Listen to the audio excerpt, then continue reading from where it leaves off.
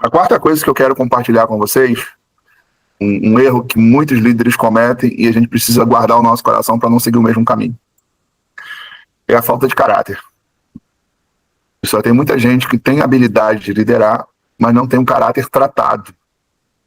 E isso é muito perigoso, porque você está se condenando e ainda está levando as pessoas para a condenação. E Jesus alerta sobre isso, né? Vocês criam um grupo de seguidores e aí fazem deles 2 vezes mais filhos do inferno. Então a gente precisa ter muito cuidado com isso, e eu quero usar como referência o mau caratismo, o exemplo de Judas. Judas nos traz aqui muitas lições do cuidado que a gente tem que ter para não seguir o exemplo dele. Então, o primeiro aspecto que eu quero abordar com a questão da falta de caráter de Judas é ele achar que ele é dono daquilo que ele administra. Não pertence a ele, mas ele se tomou posse disso. Então, por exemplo, ele tinha a bolsa dos recursos que eram utilizados para a manutenção da obra que estava sendo realizada. E ele achava que ele tinha o direito de tirar da bolsa para ele. Então ele administrava, mas ele não era dono. Então, uma das coisas que nós temos que ter muito cuidado é entender que o que é de Deus é de Deus.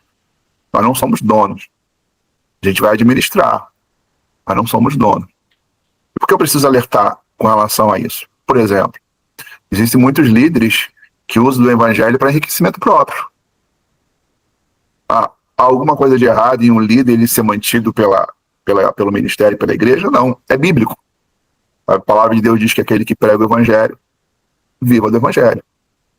Quando o texto diz lá, Paulo faz referência, não atarás a boca ao boi que debulha, ele está se referindo quem tinha a responsabilidade de levar o evangelho deveria ser o primeiro a aproveitar, né, se prover daquilo. Porém, ter provisão não é enriquecimento. Então, qualquer líder ele quer ter uma vida de luxo, faça uma formação, faça uma faculdade, abra um negócio, monte uma empresa, e aí tem que ter o direito de ter a vida de luxo que ele desejar.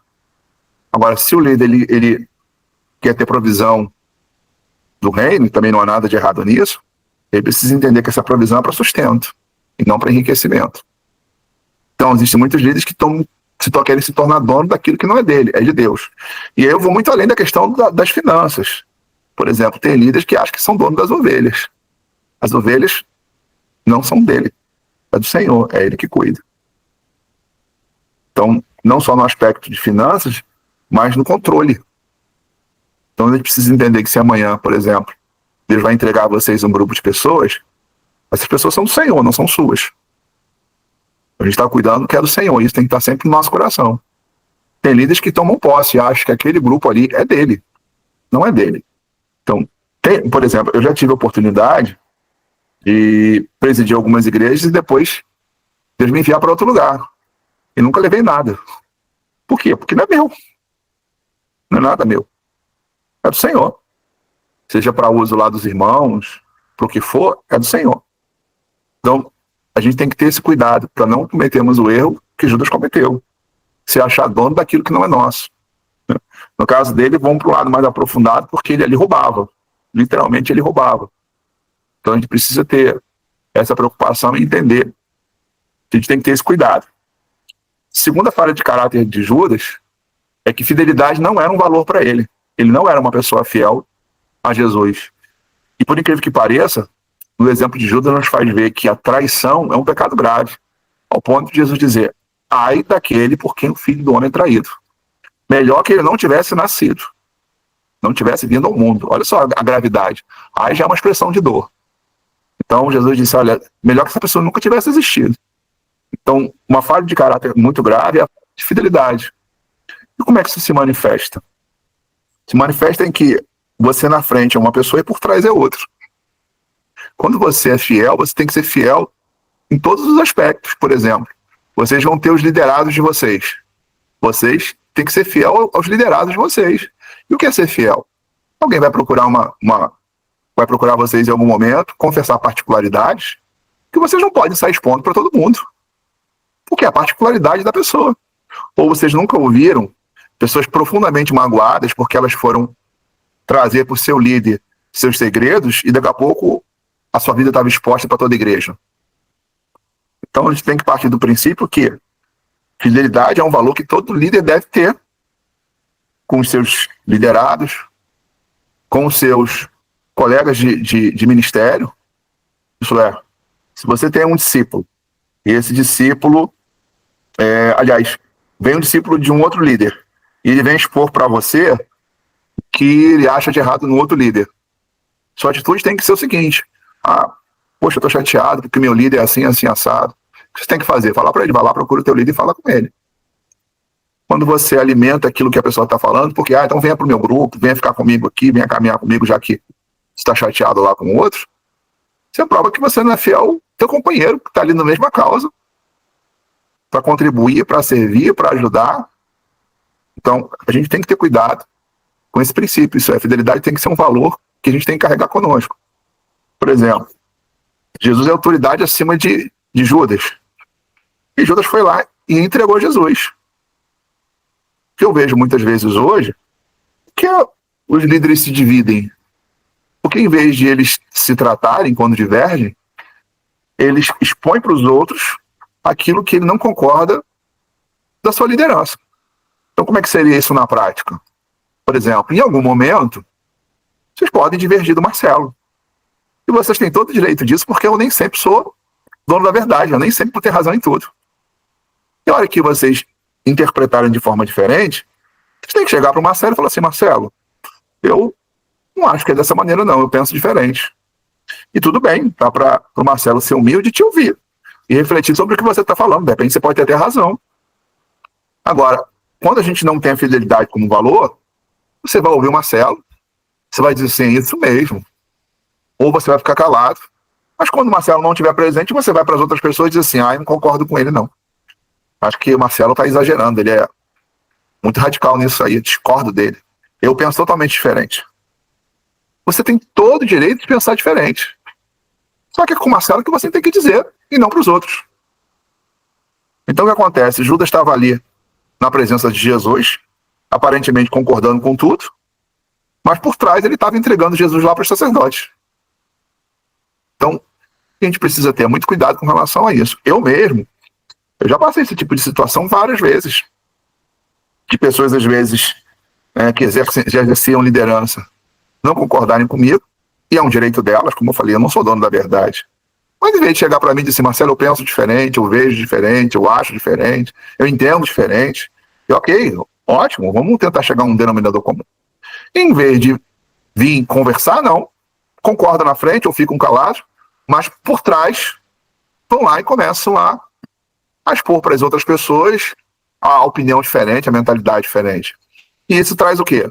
Confusão, divisão, discórdia, contenda. E é um terreno fértil para Satanás semear divisão.